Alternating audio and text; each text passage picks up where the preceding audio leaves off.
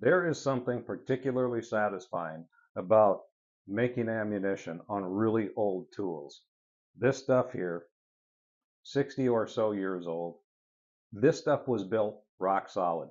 Before the days of mass planned obsolescence, where products are designed to wear out within a specified period of time, forcing you to go buy a new one.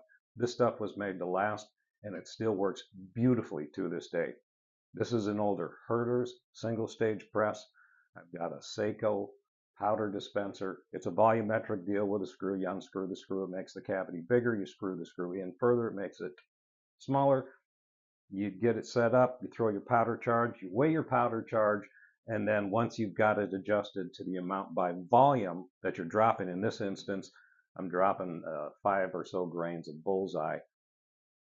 And once I've got it there, there's a set screw in the side of the drum, and that allows you to keep it from backing out or going in further. And it's a very, very consistent powder dispenser. Now here, what I did yesterday was I did some experimenting with this, basically, is what I was doing. And I set up for 45 ACP.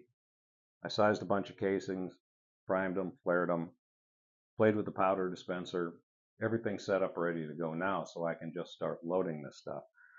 Now what I'm using here for seating the projectiles, which I'm using the Acura 230 grain round nose Platinum series, is a RCBS seating die that has a seat crimp function in one step. This is something that causes more people aggravation, and it's because you need to understand how this thing works. So if you have one of these dies, what I would encourage you to do is look at it from the bottom. If you need to, take a flashlight and look inside of it. You're going to see there's a ring about halfway up inside the die. That ring is where the crimp function takes place.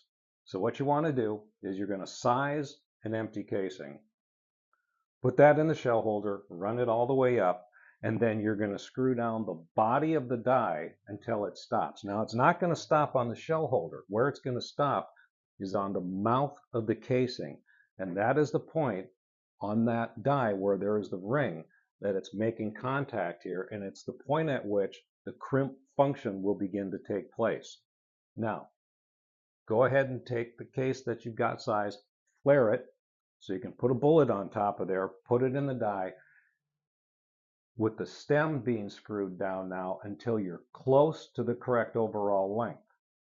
Stop 15, 20 thousandths or so short of what you know the overall length needs to be.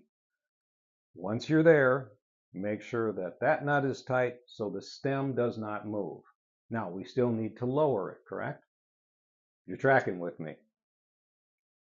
We're going to now use the body of the die to turn that down in, say, 1/8 of a turn increments. Now, as you lower the body of the seating die, more and more of that crimp function is going to take place. So you're taking the projectile down that last 15, 20 thousandths or so, very slowly, gradually, to get to the correct overall length. And the more you drop it, the more flare is taken out and the crimp function begins. So once you think you've got it, let's say you're down to the correct overall length that the book tells you that you need to be at, what you want to do is grab your bullet puller, and if you're using a plated bullet, a powder coated bullet, a cast bullet, it's going to show up much easier than a thick full metal jacket. It's probably not going to work as well, if at all. But here's the thing. When you pull the bullet, you hit it on the floor good and firm, and it should take one hard whack and that bullet comes out. You shouldn't tap it and have it drop out.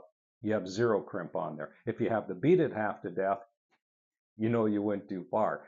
And if you take that crimp way too far, there's a couple of things that's going to happen. You're going to crush the case. You're going to bow it at the base, so it will not go into an ammo checker or a case gauge. You try to drop it in the barrel to make sure it's going to go, and I guarantee it's not going to go. But also, the more you bring this in, what's going to happen is you're going to start swaging the projectile itself. So when you pull the bullet, you're going to see a ring all the way around the projectile. That ring should be evident when it's a plated bullet, powder coat bullet, a cast bullet, not so much when you've got a thick full metal jacket. Most people shoot plated or powder coat for target shooting anyway, but this is a learning exercise. So you pull the bullet and you see that ring all the way around. You can take your calipers and measure on the projectile to make sure that you did not swage the bullet itself. The ring around the projectile is, you can see evidence of the mouth of the casing coming back in. And if you measure with the bullet seated right there at the mouth of the casing, you should have reduced that diameter, say 1.5 thou, maybe 2 thousandths, no more than 3 thousandths, right? So you flare it, you seat the bullet. When you put it into the seating die, it's going to start taking the flare out. And the more you lower the body of the die, the mouth of the case starts to do this. You don't want to reduce that with it seated from the straight neutral position more than 3 thousandths of an inch. Remember, things that headspace off of the mouth of the casing, it's the mouth that stops the forward movement into the chamber. So if you've got a wall thickness, for example, that's 14 thousandths, and you reduce that 3 thousandths, now you've got 11 thousandths contact with the mouth of the case stopping its forward movement going into the chamber. You don't want to get overboard with that and bring it in the full amount where it's going to slip past the mouth into the, basically at that point, you're going into the rifling. Now you've got excess headspace back here. It's got to have its forward movement stopped on the mouth of the casing. And if you reduced it 3, you've got 11 thousandths. That's fine. At least 1 thousandth of tension from the crimp, no more than 3. Pull the bullet, one firm whack, it should come right out.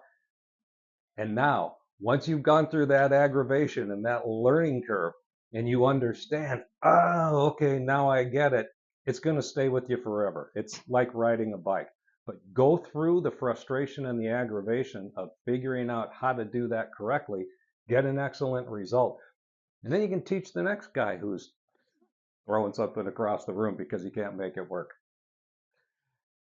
Happy trails.